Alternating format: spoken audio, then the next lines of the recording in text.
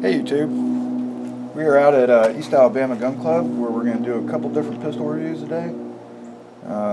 First one we're going to do is these Sig P290 ORB. I think the ORB stands for oil rubbed bronze. As you can see, that's the finish of the slide on both of these.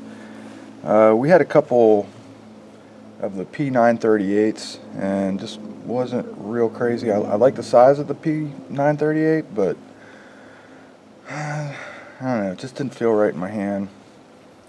So we found these and picked up a couple, one for me and one for Tracy. And we have shot, I think, 4 rounds out of each of them. But today we're going to put some more rounds through them. I'll tell you a little bit about the gun.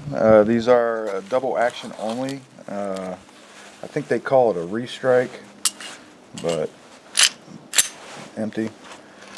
The trigger squeeze on it doesn't feel real bad.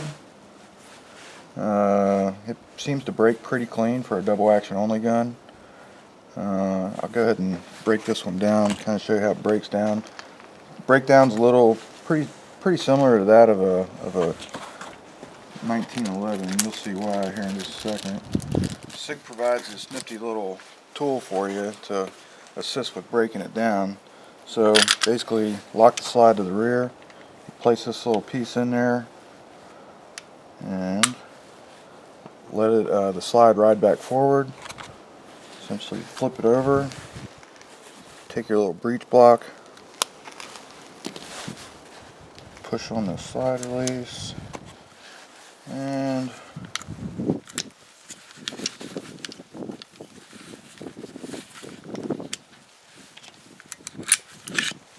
see, it just slides right back off. So, a couple things I'm not wild about right off the bat. I have had these apart and kind of looked at them. Never a fan of a plastic guide rod. That is definitely going to be replaced with a stainless guide rod. There's a company out there that makes components for the 290s. This is kind of weird. Look at that barrel. I don't know what Sig was thinking there, making it look like a blunderbuss, but pretty neat. So, put this thing back together and we'll start putting some rounds through it. Just a couple other little things that I noticed right off the bat here is not wild about this trigger. I'm not sure if you can see, but the angle and that curvature on the trigger just feels really weird on your finger. I do see that somebody makes an aftermarket trigger for this. It's not available right now, or I probably would have already purchased them. The trigger that I'm looking at is a little bit more of a flat trigger than all of this. This just feels weird, and I don't know why this little bump is here in the trigger guard either. It's kind of weird. But we'll get this thing put back together and start putting some rounds through it. Alright, I've got 8 rounds loaded up in this magazine. I do like this magazine. This is an additional magazine that they send. They send you a 6 round and an 8 round magazine. You'll see once I get this one in. It finishes off the grip really nice for those of us who have a little bit bigger hands.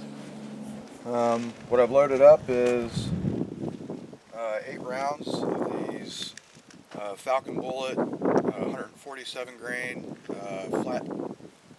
flat nose. These shoot good in our competition guns. I have no doubt they'll cycle just fine in this thing too. Alright, let's see if we can hit anything.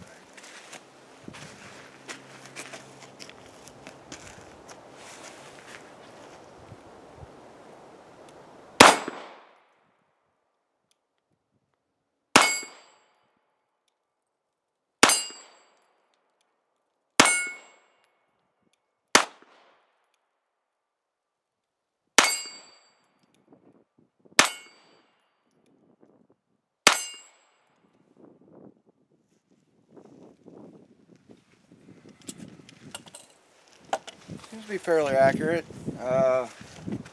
Like with any other double action only gun, some of the things you really want to focus on is on your trigger squeeze.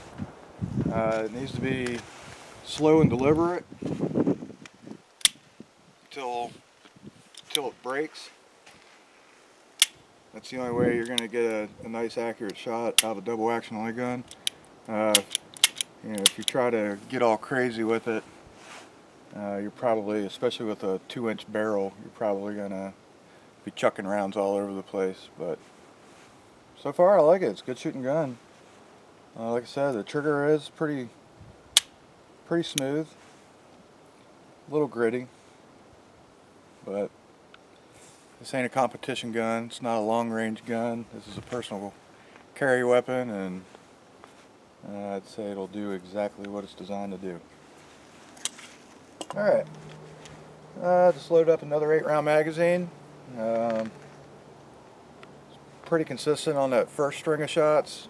I'll try to pick up the tempo a little bit and see if we can't keep it on target.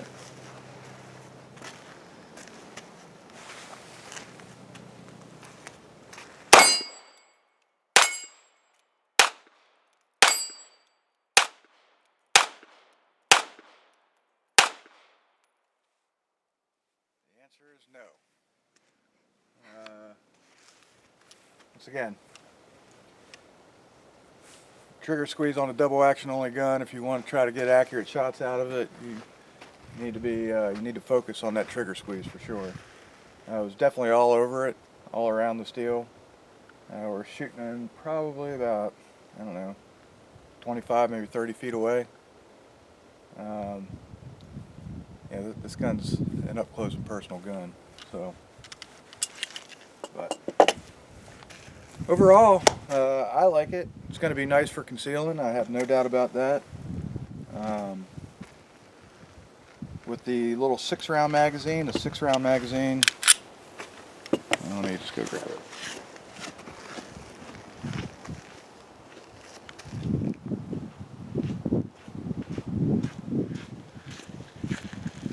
Six-round magazine